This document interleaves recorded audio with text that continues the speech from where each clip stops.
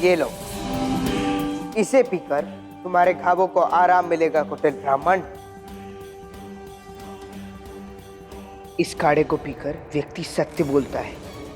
आप कुछ बोलना मत, अन्यथा हमारी सारी योजना बिगड़ जाएगी। अब ज्यादा बोलने की आवश्यकता नहीं है। मेरे ही कारण तुम अब तक जीवित हो कुटिल ब्राह्मण। लो, पियो इसे।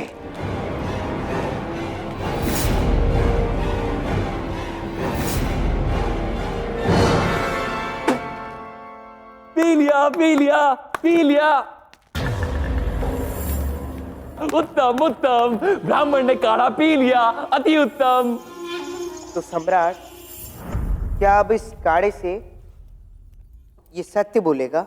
नहीं, क्योंकि संसार में अब तक ऐसा काढ़ा बना ही नहीं जिससे व्यक्ति से सत्य उगलवा सके।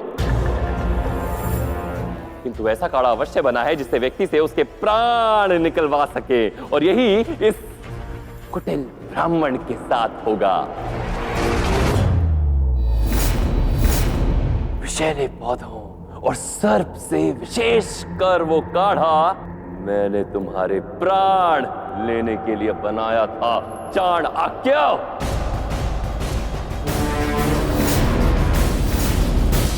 सम्राट, ये आपने क्या कर दिया? हमें इसे बचाना होगा। क्यों?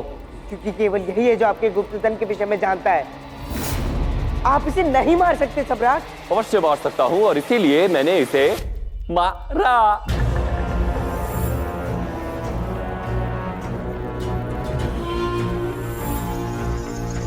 तुम्हें एक तथ्य समझना होगा मेरे प्रिय दास। ये कुटिल ब्राह्मण अपना मौन कभी नहीं तोड़ने वाला था, इसीलिए मैंने इसे सदा के लिए मौन कर दिया। मेरा धन कहां छिपा है वो आज नहीं तो कल मैं ढूंढ ही लूंगा।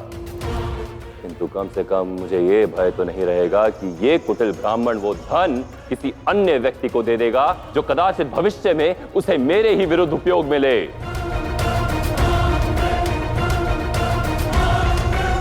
क्यों?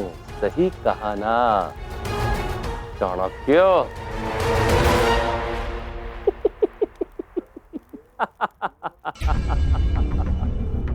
अब ये मृत्यु को प्राप्त हो जाएगा, क्योंकि विष्णु ने अपना कार्य आरंभ कर दिया है।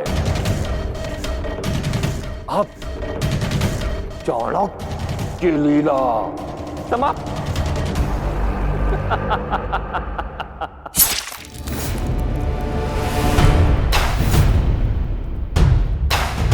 चंद्रगुप्त, मैं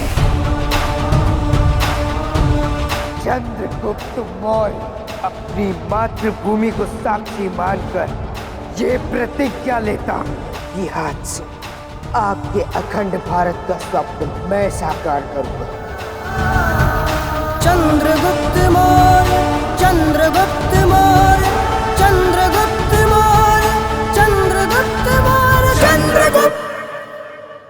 आपका ये शिष्य आपके मार्गदर्शन के बिना दिशाहीन है, इसलिए मैं आपको यहां से मुक्त अवश्य करूंगा, चाहे जो हो जाए।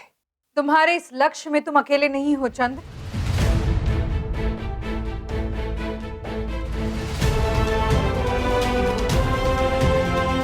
मैं और तुम्हारे मित्र, हम सब तुम्हारे साथ हैं। हाँ? आचार्य चाणक्य को यहाँ से बाहर निकालना तुम्हारे अकेले के बस में नहीं, हम सबका साथ होना अत्यंत आवश्यक है। तुम केवल ये बताओ चंद्र कि करना क्या है?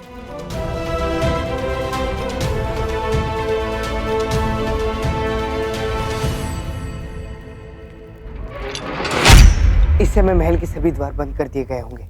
हमें आचार्य को किसी अन्य मार्ग से निकालना होगा। आप तो महल में इतने वर्षों से रह रही हैं, आप ऐसा तो कोई मार्ग जानती ही होंगी जहां से हम आचार्य चाणक्य को बाहर ले जा पाए। सोचिए मां, कोई तो ऐसा मार्ग होगा।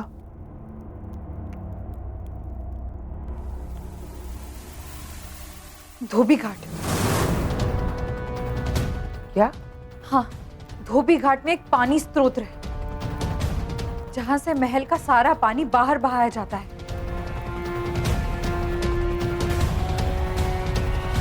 तो ठीक है माँ, मैं, आप, इंद्र, थूम और स्थूल, हम सब साथ मिलकर उस धनानंद की दृष्टि के सामने रहकर उसकी दृष्टि में धूल झोंकेंगे और आचार्य चाणक्य को यहाँ से बाहर निकाल लेंगे। यही होगी मेरी योजना।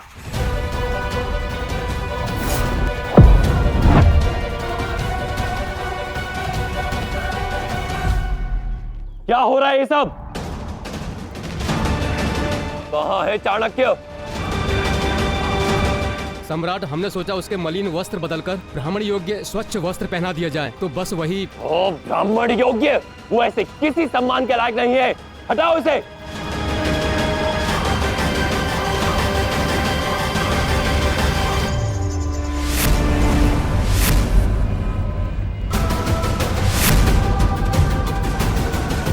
इंद्र,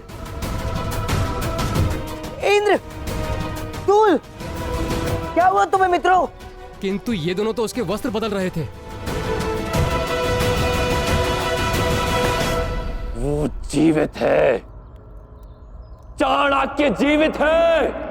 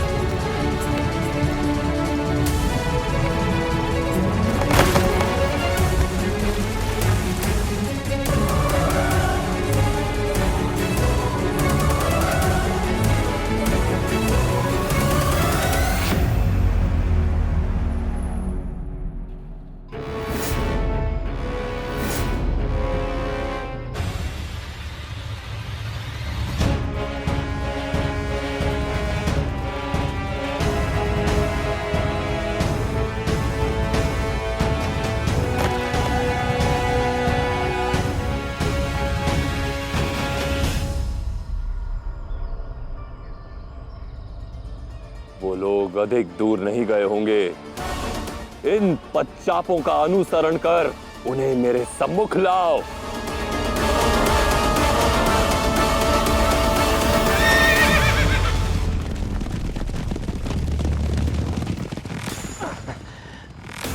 मुझे नहीं लगता कि हम दोनों यहां से सुरक्षित निकल पाएंगे। हम में से कोई एक ही बच पाएगा। मेरी अवस्था निरंतर गिरती जा रही है। तुम जाओ यहां से। मेरा प्रण याद रखना।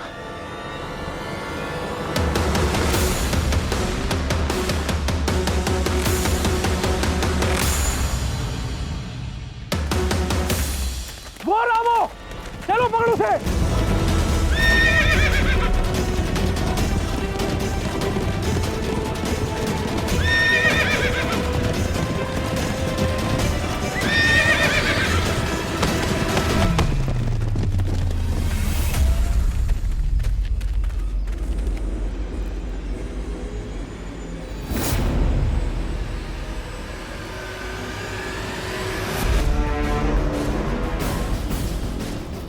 आशा है चंद्र और आचार्य सुरक्षित निकल गए होंगे। आचार्य, हे भगवान, मुझे शीघ्र ही किसी वैद्य को बुलाना होगा। आचार्य, आप धैर्य रखिए, मैं अभी आता हूँ। हाँ? धैर्य।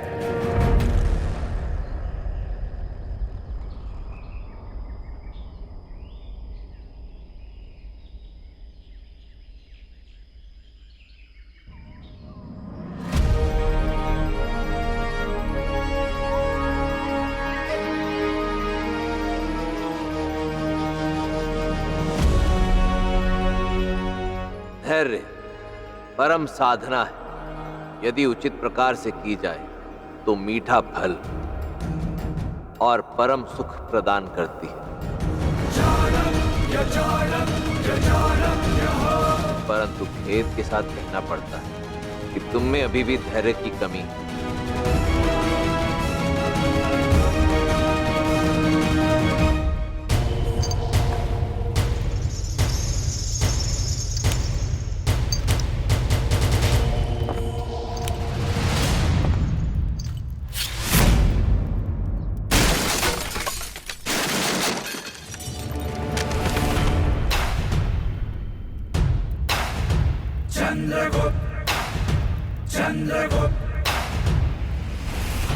मैं आ रहा हूं धनानंद, तुम्हारे नाश के लिए।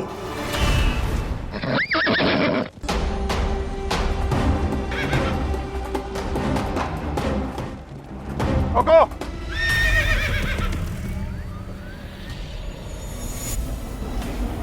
सम्राट, इतनी विशाल सेना भला इस संकरे मार्ग से कैसे निकलेगी? युद्ध है ज्येष्ठ, नित नई समस्याएं आती रहेंगी। मुझे समस्या नहीं, सुझाव चाहिए। कहिए, क्या करना चाहिए हमें? सम्राट, क्यों ना हम हमारी सेना को 2 भागों में विभाजित कर दें। सम्राट के नेतृत्व में एक सेना का एक विशाल भाग समतल मार्ग से आगे बढ़ सकता है और शेष सेना हमारे साथ इस संकर मार्ग से आगे बढ़ेगी। दम उपयुक्त विचार है ये। विजय हमारी होगी। सैन्य विभत्स, आगे बढ़ो!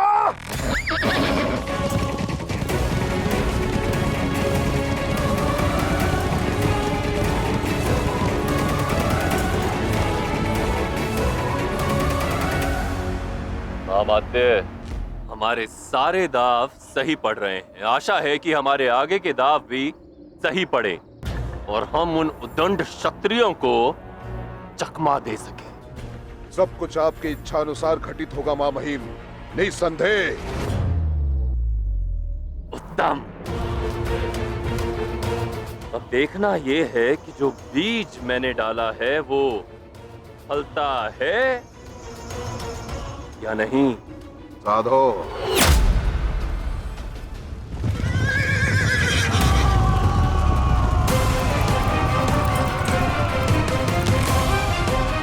यदि मेरा अनुमान सही है तो मगध की सेना इस पर्वत के उस पार पहुंच चुकी होगी। हमें शीघ्र इस पर्वत के शिखर तक पहुंचना है और शत्रु पे सामने से आक्रमण करने का लाभ उठाना है और उनका अंत कर देना है। आगे बढ़ो।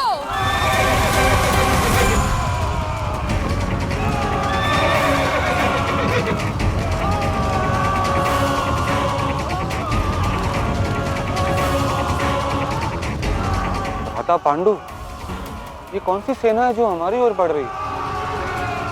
विजय वीरगति! विजय या वीर गति, ये तो पीपलीवान के क्षत्रियों का युद्ध उद्घोष है।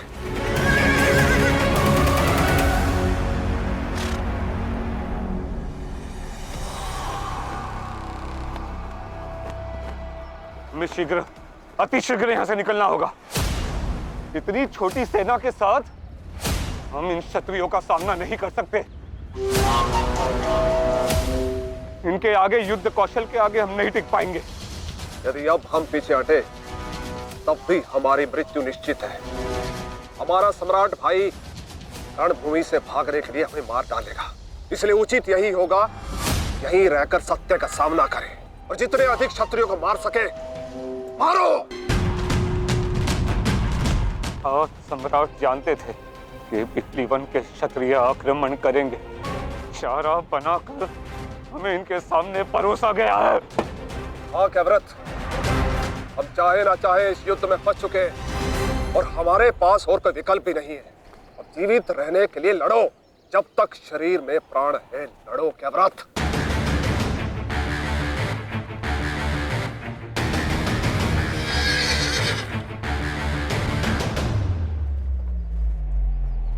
मगध के वीरों, शत्रु हमारे सर पर खड़ा है। युद्ध के लिए सज्ज हो जाओ और मगध को विजय दिलाओ।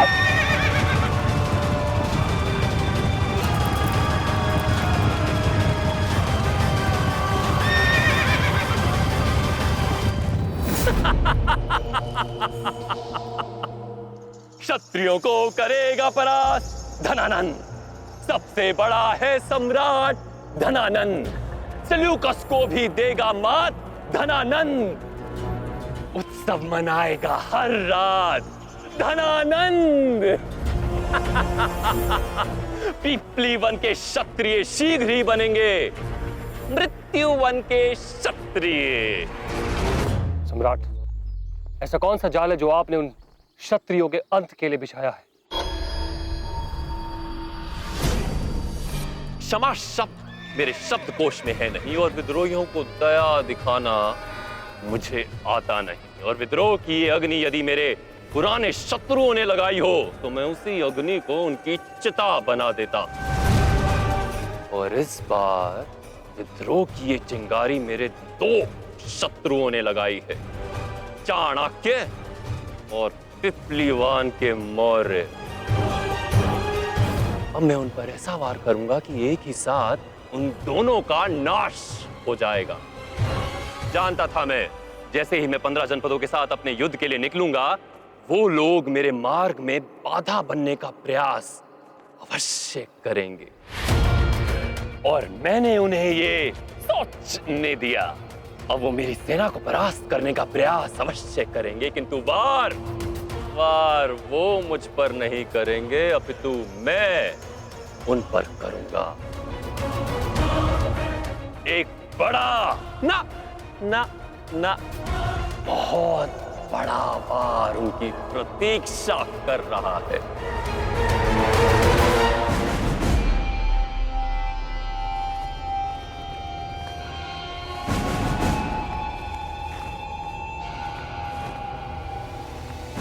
शत्रु सामने है, सज्ज हो जाओ। आक्रमण!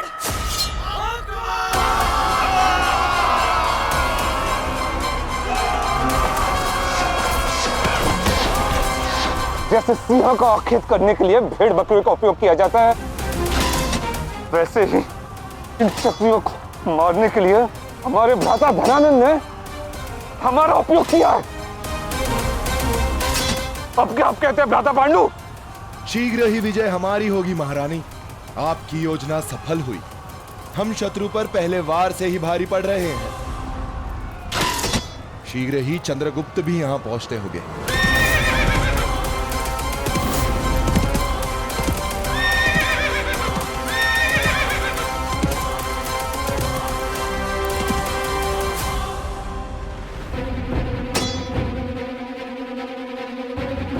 क्या हुआ महारानी?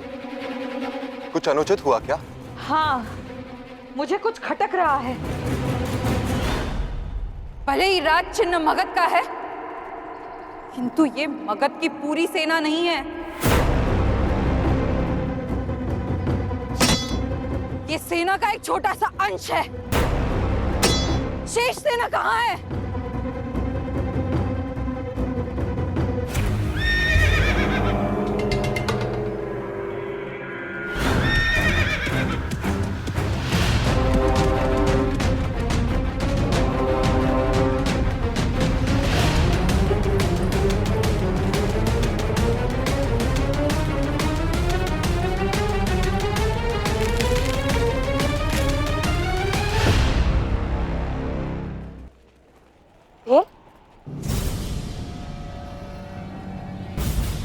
पूरी जमीन पर तेल बिखरा हुआ है। क्यों? भद्रसाल, महान षड्यंत्रकारी सम्राट धनानंद ने अपनी ही सेना को प्रलोभन की भांति उपयोग में लिया, ताकि मैं उन क्षत्रियों को पकड़ सकूं, उन्हें उन्हीं की क्रांति की अग्नि में भस्म कर सकूं। अपने ही अश्वों के पैरों तले रौंदे जाएंगे वो लोग। मूर्ख क्षत्रिय, बड़े आए थे धनानंद को चुनौती देने।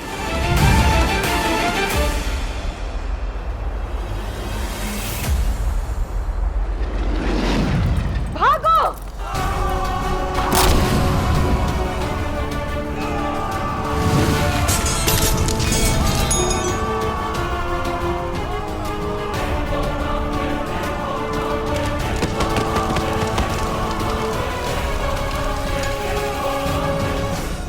स्पष्ट हो गई हमारे भ्राता सम्राट धनानंद की योजना। वो हमें मरने के लिए यहां नहीं छोड़ेगा।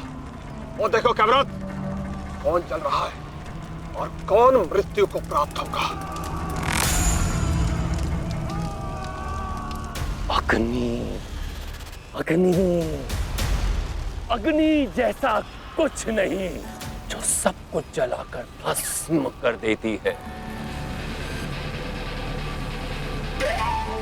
अब इसी अग्नि में चाणक्य की महान क्षत्रिय सेना जलकर भस्म हो जाएगी।